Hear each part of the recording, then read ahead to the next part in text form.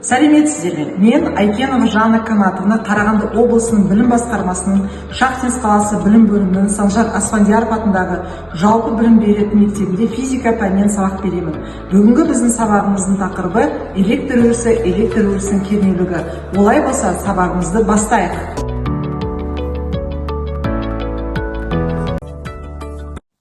Сабағымыздың мақсаты электр өрісі ұғымының физикалық мағынасын түсіндіру және оның күштік сипаттамасын анықтау.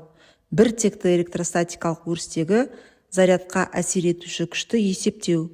Бағалау критерийлеріне келетін болсақ, электр өрісінің физикалық мағынасын түсінеді, электр өрісінің күштік сипаттамасын анықтайды, электр өрісі кернеулігінің формуласын қолданып есептер шығарады. Бүгінгі тақырыпты бекіту мақсатында келесі тапсырманы орындайық.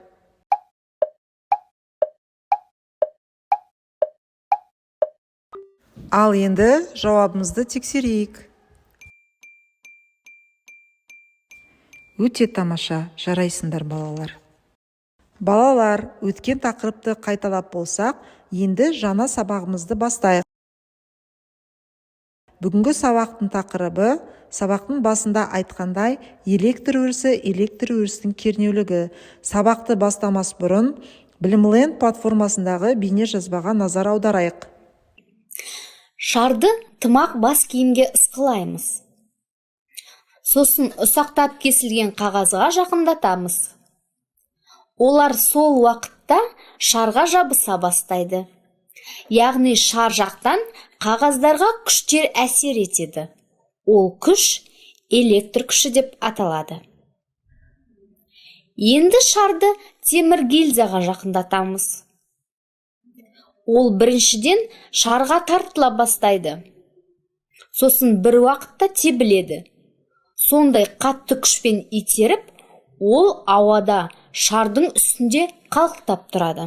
Біз көріп тұрғандай, электр күштері екі затты бір-бірімен тартады және тебіндіреді. Электр өрісі ұғымын енгізген ғалымдар ағылшын физигі Майкл Фарадей және британ физигі Джеймс Максвелл. Қозғалмайтын зарядтардың төңірегінде пайда болатын материяның айрықша түрін электростатикалық өріс, қысқаша электр өрісі деп атайды. Зарядталған денелерді қоршап тұрған кеңістік басқа денелердің айналасындағы кеңістіктен өзгеше. Электр өрісі нақты өмір сүретін материалдық нысан. Оны сипаттау үшін кернеулік деп аталатын физикалық шама енгізілген. Яғни кернеулікті біз Е әрпімен белгілейміз. Электр өрісінің кернеулігі күштік сипаттама болып табылады. Ол электр өрісінің осы өрістің берілген нүктесіндегі бірлік сынама 10 зарядқа қандай күшпен әсер ететінін көрсетеді. Яғни Е тең болады F бөлінген Q. Өріс кернеулігі векторлық шама. Кеңістіктің әр нүктесінде электр өрісі кернеулік вектормен сипатталады. Халықаралық бірліктер жүйесінде электр өрісінің кернеулігінің өлшем бірлігі ньютон бөлінген кулон. Өріс кернеулігінің мәні белгілі болса, онда ол өріске енгізілген зарядқа әрекет ететін күшті анықтау оңай болады. Яғни F тең болады Q көбейтілген Е. Сынақ заряд 10 зарядталған нүктелік заряд. Өріске енгізілген сынақ зарядқа электр өрісі тарапынан күш әрекет етеді. Суретте қарап отырсаңыздар, сынақ заряд электр өрісін тудырған зарядталған денеге жақындаған сайын, осы өрістің сынақ зарядқа әрекет етуші күші де арта түседі. Нүктелік заряд өрісінің кернеулігі. Кулон заңына сәйкес, вакуумдағы нүктелік зарядтан қашықтықта орналасқан электростатикалық өрістің кернеулігінің модулі мынаған тең болады. Яғни Е тең болады К көбейтілген Q бөлінген R-дің квадратына. Яғни К дегеніміз пропорционалдық коэффициент, Q дегеніміз заряд, R дегеніміз ара қашықтығы. Ортаның диэлектрик өтімділігі есепке алатын болсақ, онда нүктелік заряд тудырған өрістің кернеулігі мынаған тең болады. Е тең болады К көбейтілген Q бөлінген эпсилон көбейтілген R-дің квадратына. Эпсилон дегеніміз диэлектрик өтімділігі. Күш сызықтары әрбір нүктедегі жанамалары осы нүктелердің кернеулік векторларының бағытымен сәйкес келетін сызықтар. Яғни суреттегідей Е векторының бағыты Q зарядының таңбасына тәуелді. Егер заряд 10 болатын болса, онда вектор зарядтан радиус бойынша бағытталады. Ал егер зарядымыз теріс болса, онда вектор зарядқа бағытталады. Яғни күш сызықтары 10 зарядтан басталып, теріс зарядта аяқталады, немесе шексіздікке кетеді. Күш сызықтары ешқашан қиылыспайды. Бір текті электр өрісінің күш сызықтары дегеніміз тең қашықтықтағы параллель түзулер. Бір текті өріс кернеулігінің мәні мен бағыты өрістің барлық нүктесінде бірдей. Бір текті электр өрісін шексіз зарядталған пластина жасайды. Бір текті өріс шамалары бірдей әр текті зарядпен зарядталған екі параллель пластинаның арасында пайда болады. Электр өрісін көру немесе ұстау мүмкін емес. Электр өрісін бар немесе жоқ екендігін тек оның әсері арқылы білуге болады. Ал ендеше сіздерге HEAD интерактивті стимуляторындағы экспериментті көрсетейін. Енді шарды алып, жүннен тоқылған жемпірге үйкейтін болсақ, және оны алып қабырғаға жақындататын болсақ, не байқаймыз? Яғни тартылады. Не себептен тартылады деп ойлайсыздар? Әр аттас екенін білеміз, жемпірге үйкейтін болсақ, теріс зарядтар шарға жиналады екен. Ал қабырғаға жақындататын болсақ, теріс зарядтар 10 зарядқа тартылып тұр. Бірақ қабырғадағы теріс зарядтар тебіліп тұр. Келесі бейнемізде адам есікке қарай қолын бағыттайды. Енді аяғын жерге үйкейтін болсақ, теріс зарядтар денесіне жинай бастайды. Денесіне заряд жиналған соң, басқа затпен әрекеттескенде сол зарядтар беріледі. Жиналған заряд көп болу керек, яғни басқа денемен әрекеттескенде ұшқын пайда болады. Осыдан аяғымыз жермен әрекеттеске бойымызға теріс заряд жинаймыз, яғни біздің бойымызда электр тоғы заряды бар екен. Келесі тапсырмамызға көшейік, яғни мәтін берілген функционалдық сауаттылыққа арналған есеп. Бұл мәтінде 2 тапсырма берілген. Ерболат атасымен бірге кигіз үйді құруға көмектесіп жүріп, кенеттен қызық сұрақ қойды. Ата, найзағай неге көбіне ашық далада немесе кигіз үйге жақын жерге түседі? Атасы оған найзағай электр разряды екені, ал кигіз үйдің құрылымының найзағайдан қорғау ерекшеліктері барын айтты. Ерболат осыдан кейін мектепте электр өрісі мен найзағайдың байланысын зерттеуге бел буды.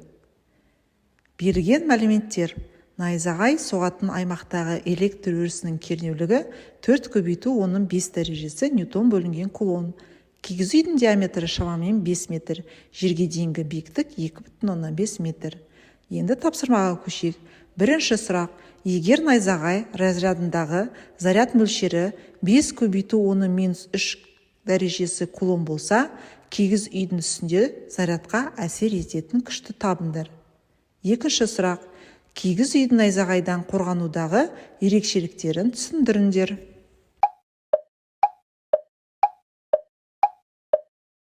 Ал енді жауабын көрейік.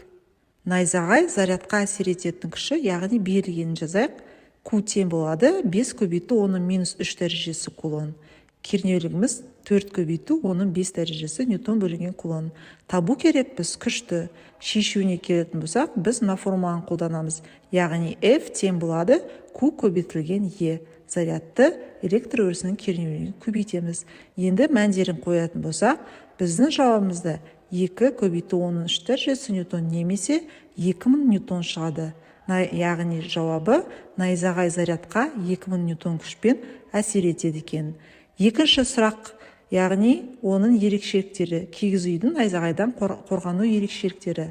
Бірінші, кигіз үйдің ағаш қаңқасы мен киіз жабыны электр өткізбейтін материалдан жасалған, сондықтан ол найзағайды өзіне тартпайды. Екінші, кигіз үй жерге кеңінен терелетіндіктен заряд біркелкі таралады және қауіпті жағдай азаяды. Үшіншіден, найзағайдан қорғану үшін қазақтар кигіз үйдің маңына металл найзағай тартқыштар қояды, немесе оны төмен жерге орналастырады. Ерболат кигіз үйдің физикалық ерекшеліктерін зерттей отырып, ұлттық құндылықтарымыздың ғылыммен тығыз байланысты екенін түсінді. Қазақ халқы ғасырлар бойы табиғат заңдарын ескере отырып, қауіпсіз әрі ыңғайлы баспана жасаған. Бұл есеп оқушыларға ұлттық мәдениетті ғылыми тұрғыдан бағалауға және функционалдық сауаттылығын дамытуға, физиканың өмірмен байланысына көмектеседі. Енді тақырыпқа байланысты есептер шығарайық. Бірінші есепке назар аударсақ, берілгені мынандай: 24 нанокулон нүктелік заряд өрісінен қандай қашықтықта өріс кернеулігі 15 килоньютон бөлінген кулонға тең нүкте орналасқан. Уақыт аяқталды. Енді бірге талдайық. Берілгеніне қарайтын болсақ, заряд бізде 24 нанокулонға тең, электр өрісінің кернеулігі 15 килоньютон бөлінген кулонға тең, пропорционалдық коэффициентіміз 9 көбейту 10-ның 9 дәрежесі, ньютон көбейтілген метр квадрат бөлінген кулонға тең. Халықаралық бірліктер жүйесіне келетін болсақ, бізде 24 нанокулонды айналдыратын болсақ, 24 көбейту 10-ның -9 дәрежесіне кулонға тең. Ал электр өрісінің кернеулігі 15 көбейту 10-ның 3 дәрежесі ньютон бөлінген кулонға тең. Шешуіне келетін болсақ, электр өрісінің кернеулігінің формуласы Е тең болады К көбейтілген Q бөлінген R-дің квадраты. Енді осы формуладан ара қашықтықты табатын болсақ түрлендіріп, онда біз квадратты түбірге аламыз. Яғни түбір астында К көбейтілген Q бөлінген Е-ге тең екен. Енді біз осы сандық мәндерін қойып шықсақ, яғни біздің жауабымыз 12 көбейту 10-ның -2 дәрежесі метрге тең болады. Яғни жауабы 12 сантиметр екен. Енді келесі тапсырманы Wordwell платформасында орындап көрейік.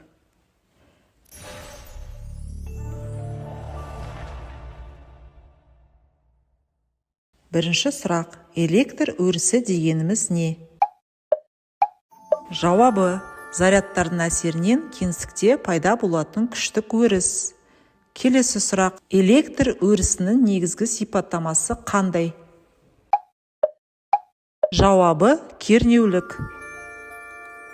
Келесі сұрақ: электр өрісінің кернеулігі қандай әріппен белгіленеді? Жауабы: Е әрпімен белгіленеді. Келесі сұрақ: электр өрісінің кернеулігін қандай формуламен анықтайды? Жауабы: Е тең F көбейтілген Q. Келесі сұрақ: электр өрісінің күш сызықтары қандай бағытта орналасады? Жауабы: оң зарядтан теріс зарядқа қарай. Келесі сұрақ: электр өрісіндегі зарядталған денеге қандай күш әсер етеді? Жауабы: серпімділік күші. Балалар, жаңа тақырыпты бекіту мақсатында қазақтың ұлттық ойыны ақсүйек арқылы бірнеше сұрақтарға жауап берейік. Бір текті электростатикалық зарядқа әсер ететін күш. Жауабы: өріс кернеулігі мен зарядтың көбейтіндісіне тең болады.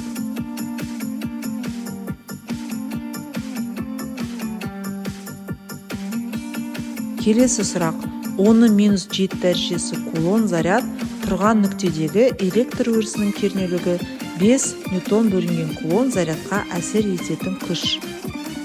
Жауабы: 5 көбейту 10-ның -7 дәрежесі ньютон. Келесі сұрақ: күш сызықтары оң зарядтан басталып, жауабы: теріс зарядта аяқталады, немесе шексіздікке кетеді.